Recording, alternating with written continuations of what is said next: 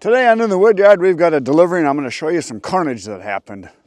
Here we go. So today I've got a delivery. It's for some oak. It's in the bin right here. I got the trailer backed up and I'm going to put a face cord, a third of a cord in. And we're going to go do a delivery, but I just thought I'd walk around here because we had in the last, I don't know, 4 or 5 days, we had a lot of carnage happen.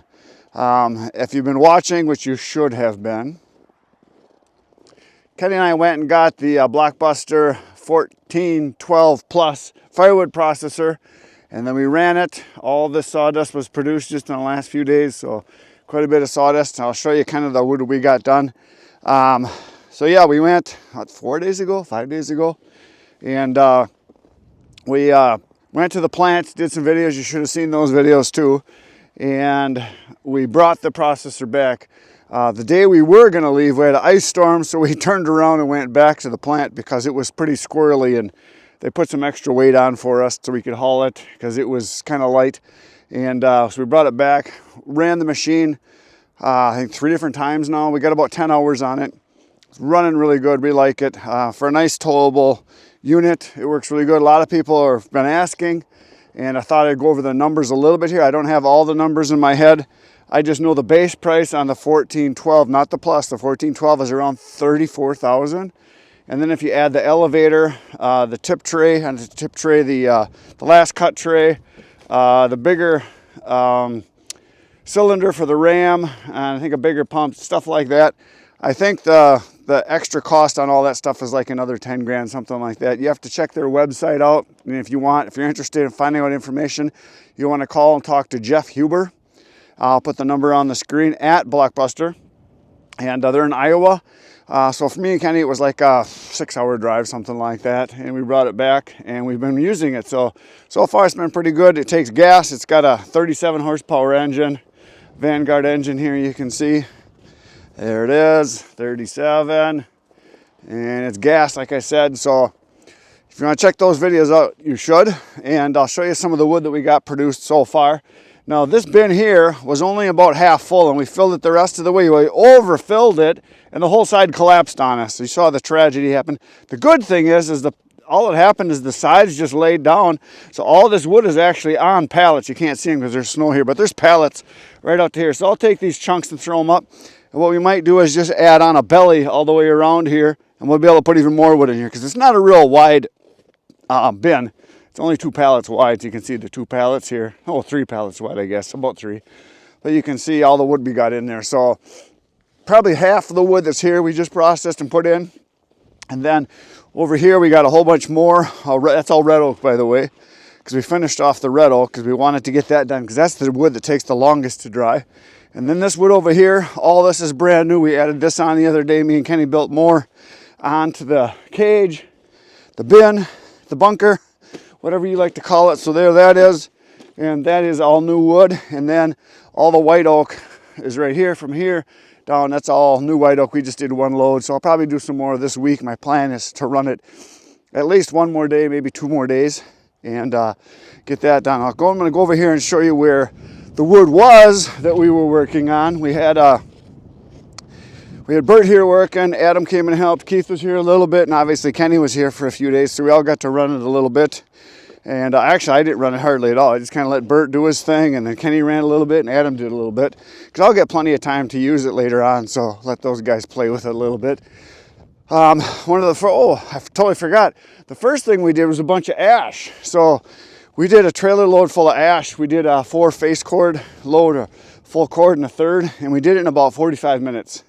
And that's from the ash that was over here, and that's in the bin too. So we ran ash and red oak and white oak. And then we cleaned up some of the white oak that was over here. All the red oak was right in here. There was, I don't know, probably, we figured 4 or 5 full cords. We don't know, a bunch that was here. And we've been picking out away at some of the white oak that's in the piles here. Some of the stuff is froze down, so I got to take the tractor later today maybe, or tomorrow. I'll go in and I'll start digging out this stuff, and I'll stage it over here so we can get the rest of the white oak done, because then I got all those rounds there to do too. So, and a lot of work to be done yet here. So then the end of this week, which will happen for you guys, it'll be 4 or 5 more days from now. The plan is that I'm going to head up to Kenny's with the processor, and he's got 4 semi-loads of wood to do. He's got a load of cedar, so that's like 12 log cords of cedar that we're going to process with this. And then there is, I think he said he's got 2 right now of hard maple and then 1 of oak. So he's got 4 semi-loads that we're going to use this for. So that's the plan. I'm going to go up there and I'll probably spend close to a week up there is the plan. We figure we're going to try to do a semi-load in one day and see if we can get 1 whole load done in a day. Just try that. And then the other days we're going to do maybe like a half a load and then do some other work. Now he's got some other jobs we're going to be doing up there, some other things. So all kinds of fun stuff's going to be happening over the next 2 weeks probably, because we'll probably shoot that many videos. Even if I'm only there a week, we'll probably shoot 2 weeks worth of videos. So we'll do a couple a day. So lots of good stuff coming. We're going to be up at Ken's. Guys been asking me, you know, Ken came and helped me do all the logging stuff over at Jason's and stuff and helped me here. And they're like, well, don't you do anything up Kenny's? Well, over the years, I've gone to Kenny's for like a week at a time in the winter and done a lot of work. So it's going to happen again. So right now, I'm going to hop into this bin right here, and there's a bunch of oak under the snow there. We're going to dig that out and throw it in. No, and that's another question a lot of people ask, you know, don't you worry about, you know, covering your wood with the snow? No, I don't. It's dry, it's not wet snow, and even if it is, once you dig down into it a little bit and you're going to see that, it's totally dry underneath, and it's just surface snow. It'll fall right off. As I pick it up, I'll give it a pound together, and I'll throw it into the trailer here, and it'll all be perfectly fine. So that's what's going to happen. We're going to chuck some wood right now.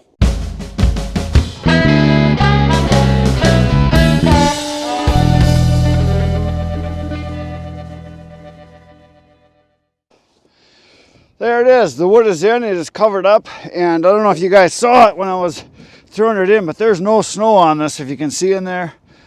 Maybe a couple flakes, but hardly any. I'm going to take you into the bin here and I'll show you kind of how this works. Because a lot of people are like, oh, you got to cover your wood. You got to cover your wood. It's going to get snow on it. It's going to get wet, whatever. See if I can get in here without dying.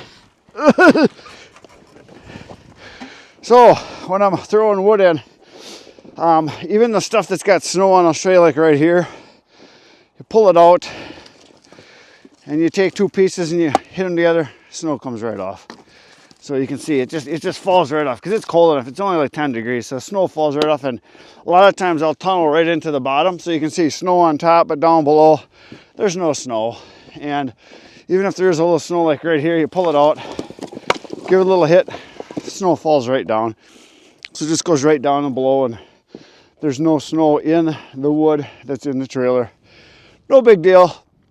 And it's going to get dumped out on the guy's driveway, and then he'll stack it.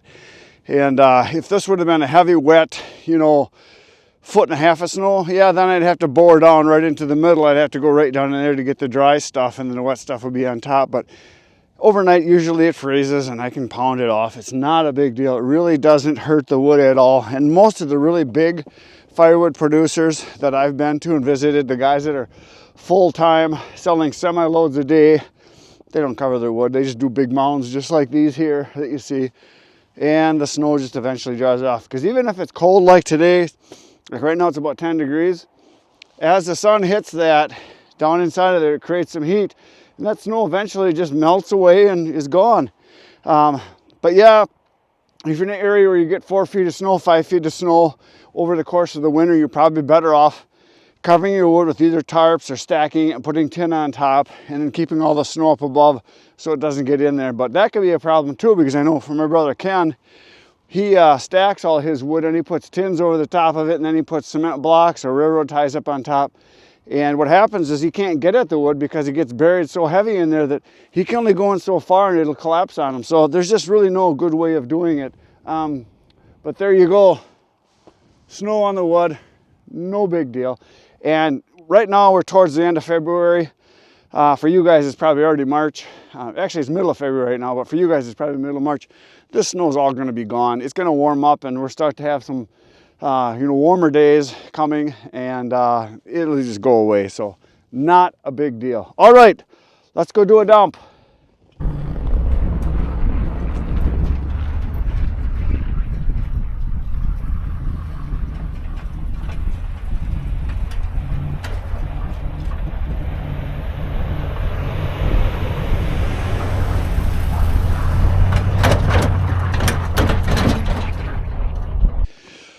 All right, so I was pulling out to go do my delivery. My customer texted me and said he's not home yet, so I've got a little project that I started the other day, and I thought I'd show you guys on the trailer here. Now, on the baby dumper, which I use a lot of time now, a lot of the time for delivering loads, because I can get a third of a cord or two thirds of a cord in here, 2-phase cords, third of a cord, whatever.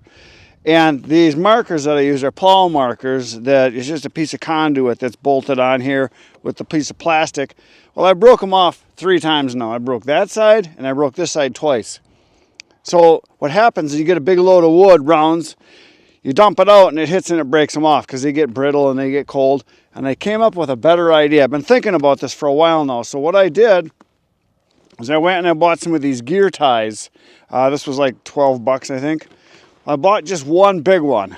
So what these are, if I can get it apart here, it's for tying up, you know, cables and hoses and lumber, stuff like that. Well, what I did is I bought one big one, cut it in half. And what I'm going to do is I bought a couple of, see if I can grab them here. I bought a package of these joint straps. I think that's what they're called. Mending straps. So what I'm going to do is I'm going to screw this on right here, and then this is stiff enough that it'll stay up, but it's also flexible. So if it gets hit by a piece of wood, I just bend it back up. I think this is a smarter move. And I got the nice chartreuse yellow greenish colored ones here. This was the biggest ones they had. This is a 64 incher. You can see it says right here. Right there it says 64 inch, and there's one in there. As you can see, they're used for lumber and for tying gear down and stuff. They got it at a local store here. It's called Menards. It's a big warehouse type place, box store that has stuff.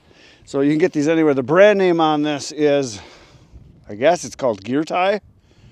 Gear Tie 64 inch. So yeah, it's for tying your loads on ladders and stuff like that. I might actually get a couple more of these now that I've got it. I looked at it, I thought, you know, I should just get a couple of these for stuff. But I'm going to put this on. That way I'll still be able to see this in the rear view mirror when I'm backing up and stuff, and it won't get broke off anymore. So we're going to take this off and put this on right now. Okay, so the first thing I'm going to do is all I've got here is an adjustable wrench. These are just leg screws. Just got to spin this out of here. And take these off, and then I'm just going to strap on the other ones. All I'm going to do is put 2 of these straps on. I should be able to get the 2 outside screws on. We'll go forward just a little bit. Something like that should work. Let's see what happens here.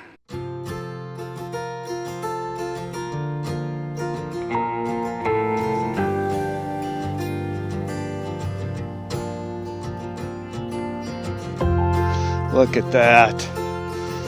Flexible, so if it gets hit, no big deal. Turn this so I get the loop up. Pretty sure the wind won't bother. That's pretty stiff. Should be okay. We'll find out when I get up to speed sometime. Looks like they stick up really high, but they're not any higher than the other ones, as you can see. So we'll find out. And if I have to, I suppose, let's go do this. Let's try this. We'll give them a twist.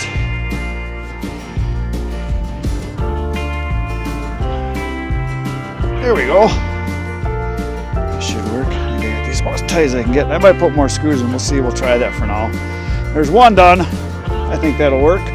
Tell me what you guys think. Let's go do the other one. We'll take this one off and we'll make a match side to side.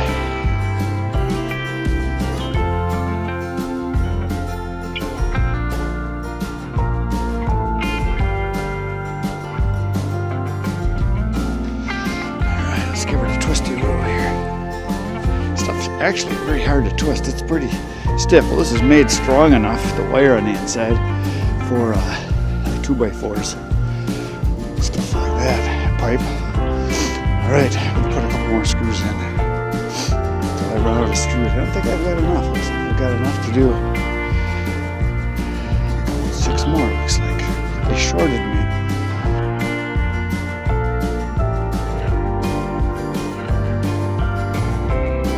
There we go, dingly danglies.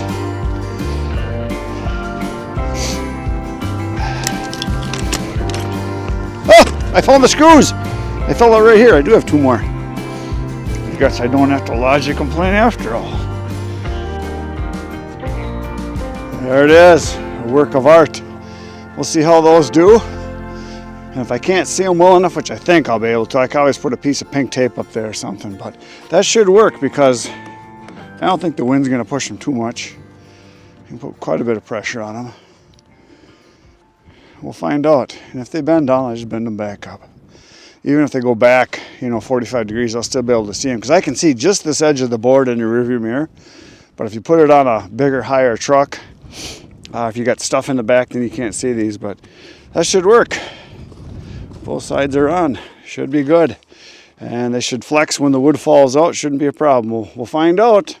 Maybe that's the new big fix for trailers. Twisty tie dingly danglies. All right, let's go deliver some wood.